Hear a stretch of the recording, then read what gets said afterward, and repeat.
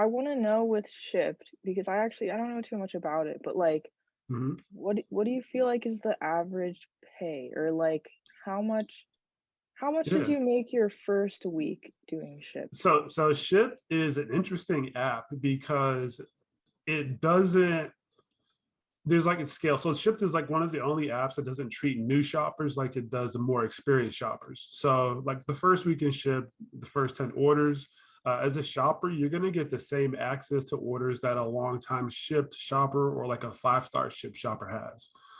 So my first week with Shipt was actually probably above average of my second week because of that. So I want to say like my first week with Shipt, trying to learn those orders. I maybe made like $100, maybe $200 on Shipt because I was still relatively Good. new. Yeah. The biggest thing with that was you can't get stacked orders until after those first 10 orders. So then, as I mentioned, you become more experienced, you get access to more orders on Shipt. So yeah, that was the one thing I kind of learned in that first week.